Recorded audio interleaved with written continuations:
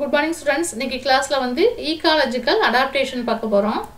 Ecological adaptation, the modification in the structure of organism to survive successfully is an environment or called adaptation upon organisms.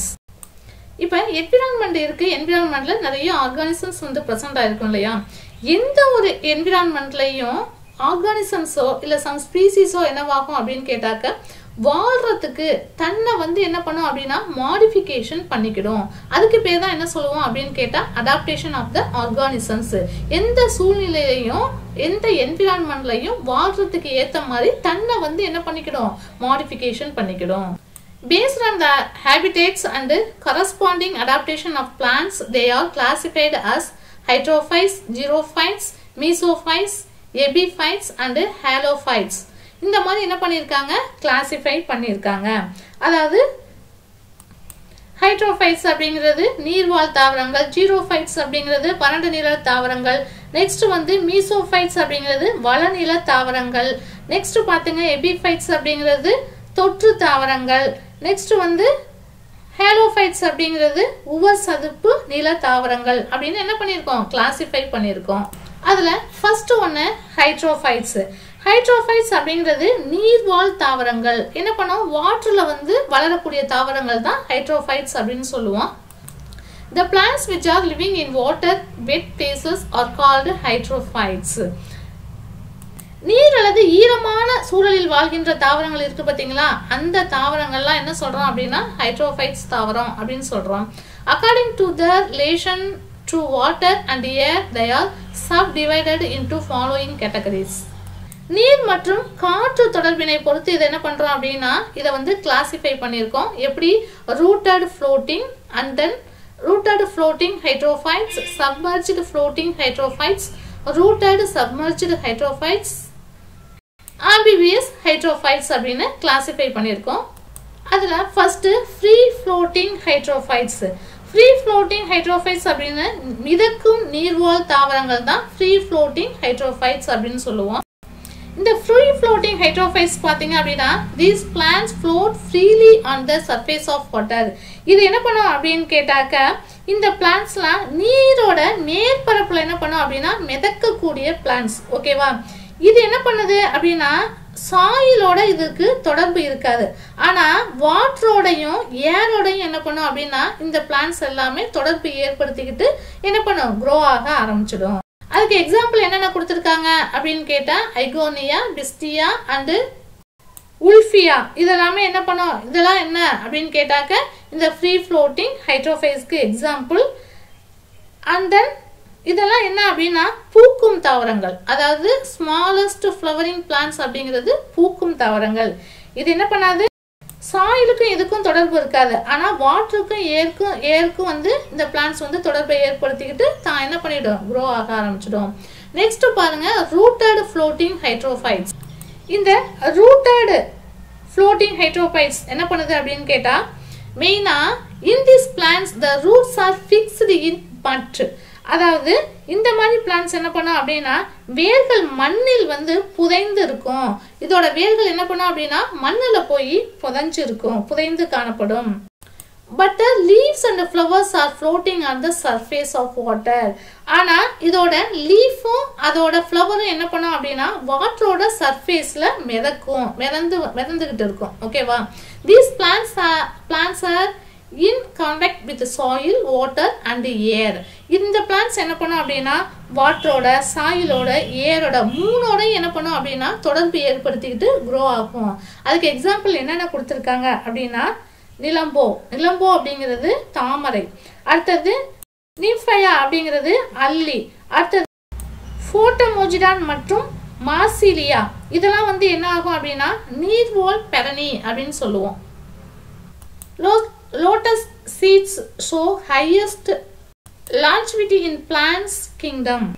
இப்ப தாமரையோட seed இருக்கு பாத்தீங்களா, அதோட விதை தான் வந்து நீண்ட நாள் வாழக்கூடிய தன்மை பெற்றதா இருக்குது. இந்த பிளான்ட்ஸோட தாவர உலகிலேயே வந்து லோட்டஸோட சீட்ஸ் தான் என்ன ஆகும் ரொம்ப நாள் வந்து அதோட விதை தான் அதிக நாள் வந்து நீடித்த வாழ்நாளை கொண்ட ஒரு சீடு. நெக்ஸ்ட் பாருங்க submerged floating hydrophytes. submerged floating hydrophytes அப்படிங்கிறது என்னன்னு கேட்டா நீருள் மூழ்கி மிதக்கும் நீர்வாழ் தாவரங்கள். நீருக்குள்ள என்ன இருக்கும் அப்படின்னா இந்த பிளான்ட்ஸ் ஃபுல்லாவே என்ன இருக்கும் முழுகிடும். ஓகேவா? இது என்ன ஆகும் அப்படின்னா இந்த பிளான்ட்ஸ் எல்லாம் முற்றிலும் நீரில் மூழ்கி இருக்கும். சரியா? இவைகள் என்ன பண்ணும் அப்படின்னு கேட்டாக்க மண் மற்றும் காற்றோடு தொடர்பு பெறுவதில்லை. Water and not in contact with the soil and ஏர். இந்த மாதிரி பிளான்ட்ஸ் எல்லாமே நீர்ல வாட்டர்ல மூழ்கி இருக்கும். ஆனா சாயிலுக்கும் ஏருக்கும் இந்த ரெண்டுக்கும் இடையில என்ன இருக்காது, எந்த ஒரு தொடர்பும் இதுல இருக்காது. என்ன எக்ஸாம்பிள் கொடுத்திருக்காங்க அப்படின்னா செரட்டோஃபில்லம் மற்றும் யூட்ரிகுலேரியா, இதுக்கு வந்து எக்ஸாம்பிள். நெக்ஸ்ட் பாருங்க ரூட்டட் சப்மர்ஜ்டு ஹைட்ரோஃபைட்ஸ் அப்படிங்கிறது நீருள் மூழ்கி வேரூன்றிய நீர்வாழ் தாவரங்கள் தான் என்ன ரூட்டட் சப்மர்ஜ்டு ஹைட்ரோஃபைட்ஸ் அப்படின்னு சொல்லுவோம். These plants are completely submerged in water and rooted in soil and not in contact with the air.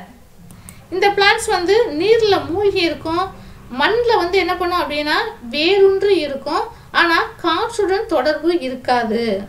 என்னென்ன எக்ஸாம்பிள் கொடுத்துருக்காங்க பாருங்க, ஹைட்ரில்லா, வாலிஸ்னேரியா, அடுத்தது வந்து ஐசோய்டஸ், இதெல்லாம் வந்து இதுக்கு எக்ஸாம்பிள். நெக்ஸ்ட் ஆம்பிபியஸ் ஹைட்ரோஃபைட்ஸ், நீர் நில வாழ்பவை. அதுதான் வந்து என்ன சொல்றோம் நம்ம ஆம்பிபியஸ் ஹைட்ரோஃபைட்ஸ் அப்படின்னு சொல்லுவோம். அப்படி இல்லைன்னா ரூட்டட் எமர்ஜென்ட் ஹைட்ரோஃபைட்ஸ் அப்படின்னு சொல்லுவோம்.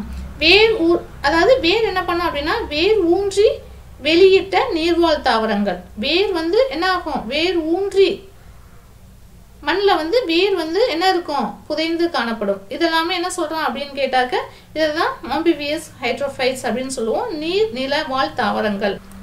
இந்த மாதிரி என்ன பிளான்ட்ஸ் எல்லாம் என்ன பண்ணும் அப்படின்னு கேட்டாக்க நீர்லையும் சரி வாட்டர்லையும் சரி லேண்ட்லையும் சரி ரெண்டு இடத்துலையுமே வாழக்கூடிய தகவமைப்புகளை பெற்றிருக்கும். அதுக்கு தான் என்ன சொல்றோம் அப்படின்னா ஆம்பிபியஸ் ஹைட்ரோஃபைட்ஸ் அப்படின்னு சொல்லுவோம். The plants are adapted both aquatic and terrestrial modes. அதாவது நீர்லையும் வாழும் நிலத்திலையும் வாழக்கூடிய பிளான்ட்ஸ். அதுக்கு என்னென்ன எக்ஸாம்பிள் கொடுத்துருக்காங்க பாருங்க. லீஃப் என்ன பண்ணும் அப்படின்னா ஆழமற்ற நீர்ல தான் வளர்கின்றன. எடுத்துக்காட்டுக்கு வந்து ரெனன்குலஸ், டைஃபா மற்றும் சாஜிட்டேரியா, இதெல்லாம் வந்து இதுக்கு எக்ஸாம்பிள். நெக்ஸ்ட் வந்து ஹைக்ரோஃபைட்ஸ். இந்த ஹைக்ரோஃபைட்ஸ்லாம் இருக்கு பார்த்தீங்களா, இந்த மாதிரி பிளான்ட்ஸ் என்ன பண்ணும் அப்படின்னு கேட்டாக்க எங்க வந்து மாய்ஸ்டா இருக்கோ ஈரப்பதம் அதிகமா எங்க இருக்கோ அந்த சூழ்நிலையிலையும் எந்த இடத்துல வந்து அதிகமா வந்து ஷேடி அதாவது நிழல் வந்து எங்க அதிகமா இருக்கிறோ அந்த இடத்துல தான் என்னவாகும் இந்த மாதிரி பிளான்ட்ஸ் எல்லாமே க்ரோ ஆகும். So moist damp and shady பிளேஸ்ல அதிகமா க்ரோ ஆகக்கூடிய பிளான்ட்ஸ் இருக்கு பார்த்தீங்களா, அதுக்கு பேர் தான் என்ன சொல்றோம் ஹைக்ரோஃபைட்டுகள் அப்படின்னு சொல்றோம். அதுக்கு எக்ஸாம்பிள் கொடுத்துருக்கிறது ஹேபினேரியா, அது ஆர்கிட்ஸ். அடுத்தது வந்து மாஸ்கல், அது வந்து பிரயோஃபைட்டுகள். இதுக்கெல்லாம் இது எக்ஸாம்பிள். இந்த டயக்ராம் பாருங்க, ஃப்ரீ ஃப்ளோட்டிங் ஹைட்ரோஃபைட்ஸ் ஐகோனியா அண்ட் ஃபிஸ்டியா கொடுத்துருக்காங்க. இப்போ ஃப்ரீ ஃப்ளோட்டிங் ஹைட்ரோஃபைட்ஸ்க்கும் அதுக்கு ஐகோனியா ஃபிஸ்டியா. நெக்ஸ்ட் பாருங்க ரூட்டட் ஃப்ளோட்டிங் ஹைட்ரோஃபைட்ஸ். இதில் என்ன ஆகும், ரூட்டட் தான் மண்ணில் வேரூன்றி இருக்கக்கூடிய பிளான்ட்ஸ். அதுக்கு வந்து நிஃபியா அண்ட் மார்சிலா எக்ஸாம்பிள் கொடுத்துருக்காங்க. ஃபர்ஸ்ட் ஒன் ஃப்ரீ ஃப்ளோட்டிங் அப்படிங்கிறது என்னது மிதக்கும் நீர்வாழ் தாவரங்கள். செகண்ட் வந்து ரூட்டட் ஃப்ளோட்டிங் ஹைட்ரோஃபைட்ஸ் அப்படிங்கிறது வேரூன்றி மிதக்கும் நீர்வாழ் தாவரங்கள். நெக்ஸ்ட் சப்மர்ஜ்டு ஃப்ளோட்டிங் ஹைட்ரோஃபைட்ஸ்க்கு வந்து ஃபில்லம் அண்ட் யூட்ரிகுலேரியா எக்ஸாம்பிள் கொடுத்துருக்காங்க. அது நீருள் மூழ்கி மிதக்கும் நீர்வாழ் தாவரங்கள். நீர் உள்ளறையே போய் என்ன பண்ணிடும் மூழ்கிடும். ஓகேவா? நெக்ஸ்ட் ரூட்டட் சப்மர்ஜ்டு ஹைட்ரோஃபைட்ஸ் கொடுத்துருக்காங்க. அதுக்கு வாலிஸ்னேரியா அண்ட் ஹைட்ரில்லா, இதுக்கு வந்து எக்ஸாம்பிள். இது என்ன நீருள் மூழ்கி வேரூன்றி நீர்வாழ் தாவரங்கள். நீர்ல என்ன பண்ணும் மூழ்கி இருந்தாலும் வேர் வந்து மண்ணில் வந்து வேரூன்றி வாழக்கூடிய தாவரங்கள். நெக்ஸ்ட் ரூட்டட் எமர்ஜென்ட் ஹைட்ரோஃபைட்ஸ், அது வந்து ஹெட்டிரோஃபில்லி. அதுக்கு எக்ஸாம்பிள் சாஜிட்டேரியா, அடுத்தது வந்து ரெனன்குலன்ஸ், இதெல்லாம் வந்து அதுக்கு எக்ஸாம்பிள். அதாவது வேர் ஊன்றி வெளியிட்ட நீர்வாழ் தாவரங்கள் இதெல்லாமே மண்ணில் வந்து வேர் ஊன்றி இருக்கும். ஆனால் நீருக்கு மேலே அதோட ஃப்ளவர்ஸ் எல்லாம் இருக்கு பார்த்தீங்களா, flowers emergence or aerial leaves இருக்கு, stem submerged stems leaves water roots mud எல்லாமே ப்ரெசென்ட் ஆயிருக்கு பாருங்க. Okay, thank you students. ஏதாவது டவுட் இருந்தால் என் நம்பருக்கு கால் பண்ணி கேளுங்க. தேங்க்யூ.